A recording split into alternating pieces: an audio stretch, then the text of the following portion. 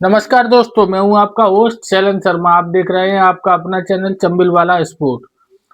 दोस्तों, आज चौथा टी20 मैच खेला जाएगा भारत और न्यूजीलैंड के बीच। 3-0 से भारत आगे है और उम्मीद करते हैं कि 5-0 होगी। कोई समस्या ऐसी विशेष है नहीं कहीं किसी प्रकार की। आज मैच खेला जाएगा विशाखापट्टनम में। पिच की बात करें तो पिच जैसी तीन पिच पिछली मिली है वैसी पिच जो होगी। हाई स्कोरिंग मैच होगा, बल्लेबाजों के लिए स्वर्ग है। टी20 की लगभग पिचें वैसी रहती हैं। अब विशाखापट्टनम में आपने 4 मैच हुए हैं अभी तक। 4 मैचों में पहले खेलने वाली 1 बार जीती है और बाद में खेलने वाली 3 बार जीती है। ओवरऑल अगर बात की जाए न्यूजीलैंड और इंडिया के मैचों की, 27 मैच में से 16 इंडिया जीती है, 10 न्यूजीलैंड और 1 मैच का कोई निर्णय नहीं निकला है। अब दोस्तों आप प्रमुख बात देखो आप कि 4 मैच हुए यहाँ पे विशाखापट्टनम में। पहली बैटिंग जिसने की है वो 1 बार जीती है और 3 बार जीती है पिछली वाली, यानी कि बाद में बैटिंग करने वाली। अब ऐसा क्यों है, इसका प्रमुख कारण साफ साफ देखने में मिलता है कि साहब जो ओस है, जो ड्यू है, शबनम है, वो बहुत महत्वपूर्ण रोल अदा कर रही है। पिछले 3 मैचों में भी और इस मैच में भी करेगी। पिछले जो 3 मैच हुए, भारत 15 ओवर में जीतता है दूसरा मैच और तीसरा मैच 10 ओवर में। माना ठीक है, भारत की बल्लेबाजी अच्छी है, सब बल्लेबाज फॉर्म में है, लेकिन न्यूजीलैंड भी इतनी कमजोर टीम नहीं है कि आप उसको 2 से 8 रन आप 15 ओवर में बना रहे हो, 152 रन आप 10 ओवर में बना रहे हो। उसमें एक महत्वपूर्ण चीज है जो इग्नोर की गई है सबसे अधिक, वो है ड्यू। जब ड्यू आती है बॉल एकदम गीली हो जाती है, हर ओवर बाद 1-2 बार बॉल बदली भी गई, लेकिन जैसा कि आपने देखा होगा, कमेंटेटर भी कह रहे थे या आर अश्विन है वो भी अपने ब्रॉडकास्ट में बोल रहे थे कि भाई इतनी ओस पड़ती है कि हर ओवर में बॉल गीली हो जाती है। तो चाहे फास्ट बॉलर हो चाहे स्पिन बॉलर की स्थिति तो और खराब होती है कि जहां आप फेंकना चाह रहे हो वहां फेंक ही नहीं पाओगे। तो बल्लेबाजों को और सुविधा मिल जाती। इसी कारण से विशाखापट्टनम में से 4 में से 3 मैच बाद में बल्लेबाजी करने वाली टीम जीती है। तो स्वाभाविक है जब टॉस होगा तो पहले दोनों टीमों से हर टीम चाहेगी कि हम बाद में ही बल्लेबाजी करें। लेकिन मेरा ऐसा मानना है कि अगर भारत टॉस जीतता है तो उसको पहले बल्लेबाजी करना चाहिए, क्योंकि जब आप वर्ल्ड कप में खेलोगे, नॉकआउट मैच आएंगे, बड़ी टीमों से मैच होंगे, तो ऐसा नहीं है कि आपको कब बल्लेबाजी करना पड़े, पहले भी और बाद में भी बॉलिंग। तो आपको उस तरीके की प्रैक्टिस अच्छे से होनी चाहिए कि अगर बाद में बॉलिंग मिलती है तो हम कितने रन पे रोक सकते हैं टीम को, कितना रन डिफेंड कर सकते हैं, कितने रन चेज से रोक सकते हैं, भाई कितने रन बनाए जिनको हम डिफेंड कर सके।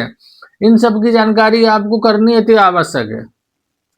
और श्रृंखला आप जीत चुके हो, 3-0 से आगे हो, और एक आध मैच हार भी जाते हो तो कोई समस्या दिक्कत नहीं है, लेकिन तैयारी पूर्ण रूप से पूर्ण होनी चाहिए वर्ल्ड कप के लिए। फिर जो होगा तो होगा, लेकिन अपनी तरफ से कोई कसर नहीं छोड़नी चाहिए। तो वो इसलिए आवश्यक है कि आप अगर टॉस जीत रहे हो तो आप पहले बल्लेबाजी करो और रन बनाओ, और फिर देखो कि आपकी बॉलिंग इतनी ड्यू में क्या उस रन को डिफेंड कर पा रही है कि नहीं। अगर नहीं कर पा रही तो उसमें सुधार की गुंजाइश है। गुंजाइश क्या है सुधार की, क्या सुधार कर सकते हैं, कैसे उनको रन को बचाएं अपन। बाद में बॉलिंग करनी है तो क्या क्या असुविधाएं जो आती हैं उनको कैसे दूर करें। कुल मिला के जी कहना है, तो टॉस जीतो, पहले बैटिंग करो और अपनी कमियों को सुधारो।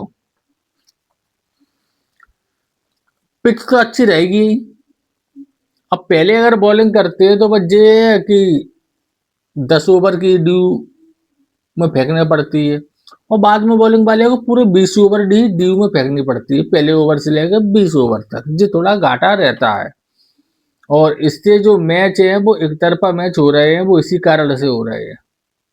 न्यूजीलैंड इतनी कमजोर टीम नहीं है। ड्यू फैक्टर बहुत मैटर करता है टी20 मैच में। अब दोस्तों बात की जाए अगर टीम की, तो टीम में अगर अपन देखें तो ओवरऑल जितने कॉलम है सब टिके हैं, हर चीज परफेक्ट है, कहीं कोई ऐसी समस्या दिक्कत नहीं है। अब अक्षर पटेल है जो कि इंजर्ड है, अगर वो सही हो जाते तो उनको टीम में आना चाहिए, और आएंगे ही, वो उप कप्तान है, क्योंकि उनकी प्रैक्टिस हो नहीं पाई तो उनको आवश्यक है। अब अगर टीम क्या रहेगी इस पर चर्चा करने की अपेक्षा अपन ये देखें कि किन की आवश्यकता अधिक है जो टीम में रहे, तो उसमें से दो नाम निकल के आते हैं, एक कुलदीप और अर्शदीप। देखो बाकी की सब प्लेयर हैं वो अपना काम पूर्ण रूप से अच्छी तरीके से कर रहे हैं, मतलब जितनी उनसे अपेक्षाएं हैं उससे अच्छी तरीके से, चाहे वो बैटर हो चाहे वो बॉलर हो। लेकिन अर्शदीप और कुलदीप, यह दोनों दीप इस वक्त थोड़े से डाउन नजर आए हैं अभी तक जितने मैच हुए हैं। कुलदीप कुलदीप जिस प्रकार के बॉलर हैं उस प्रकार की बॉलिंग अभी तक वो नहीं कर पाए, यह बात सत्य है। उसी प्रकार है अर्शदीप। तो आने वाले दोनों मैचों में कुलदीप और अर्शदीप, इनका खेलना परम आवश्यक है, क्योंकि इनको अपनी लय प्राप्त करनी है। भले ही ठुकाई हो रही है, लेकिन जब आप खेलोगे तभी आप फॉर्म में आओगे, तभी आप लय प्राप्त कर पाओगे। आप सोचो कि आप बैठ के बेंच पे बैठ के अपनी लय प्राप्त करें या अपनी फॉर्म प्राप्त करें, तो वह पॉसिबल है नहीं। इसलिए बाकी के खिलाड़ी सब अपना अपना काम सही कर रहे हैं, दो जो नहीं कर पा रहे तो इनको दोनों मैचों में मौका देना चाहिए, जो महत्वपूर्ण चीज है। तीसरी और सबसे महत्वपूर्ण चीज थोड़ी टीम इंडिया के लिए कष्टदायक बात कह सकती है आपको, या जहाँ थोड़ा अपन वीक है, वो है संजू सैमसन। संजू सैमसन वीक नहीं है, जो वो अभी आउट ऑफ फॉर्म हो गए एकदम वर्ल्ड कप से पहले, वो थोड़ी समस्या वाली बात भारतीय क्रिकेट के लिए है। अब संजू की अपन अगर बात करें तो पिछले 10 पारी उनकी देखें तो उनके 16, 56, 13, 39, 24, 2, 37, 10, 2, 0, 10, 6, 0 ये तीन लास्ट में आए। कुल मिला के पिछली 10 पारियों में उनकी एक 50 आई है, 57 रन उन्होंने 56 रन बनाए थे उन्होंने ओमान के खिलाफ एशिया कप में। उसके अलावा एक उनकी 39 रन की पारी है श्रीलंका के खिलाफ, वो भी वहीं पे आई थी। तो अपन कह सकते हैं कि पिछली 10 पारियों में उनके मात्र 2 से 3 रन आए हैं और 2.30 की उनका एवरेज है, तो वो थोड़े वीक साबित हो रहे हैं। लेकिन संजू सैमसन जिस तरीके के बल्लेबाज हैं तो वो अपनी लय तुरंत एक पारी में हासिल कर लेंगे, यह बात भी सत्य है, क्योंकि उनकी टैलेंट में तो कोई कमी है नहीं, उनके पास सब प्रकार के शॉट है।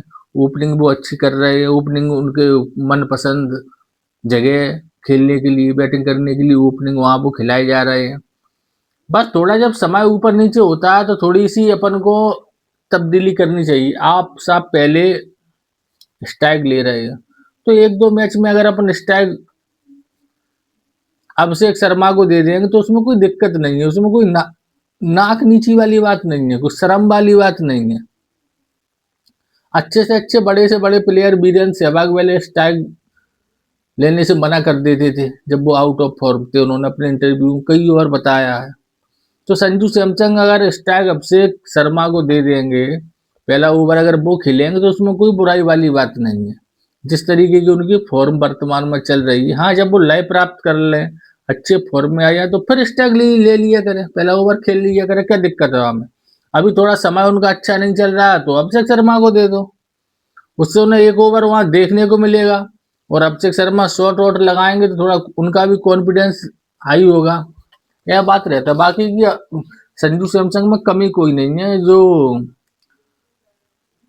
आर अश्विन ने वो भी अपने चैनल पे कह रहे थे कि भाई वो बॉल जो पहली बॉल पे वो बोल्ड हो गए, वो बॉल ही बहुत अच्छी थी और उस पर कोई भी बैटर बोल्ड हो सकता था।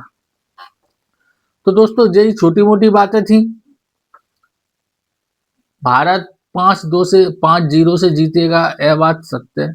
बस थोड़ी अपन जो पूरी सीरीज है, जिस सीरीज ना होके समझ लो एक तरीके से T20 वर्ल्ड कप की तैयारी के मैच है, और अपन श्रृंखला भी 3-0 से जीत गए। तो 2 मैच जो बचे इनमें पूर्ण रूप से अपन को प्रयोग करने चाहिए। जिस तरीके गौतम गंभीर करते हैं वो इनमें पूर्ण प्रयोग करें।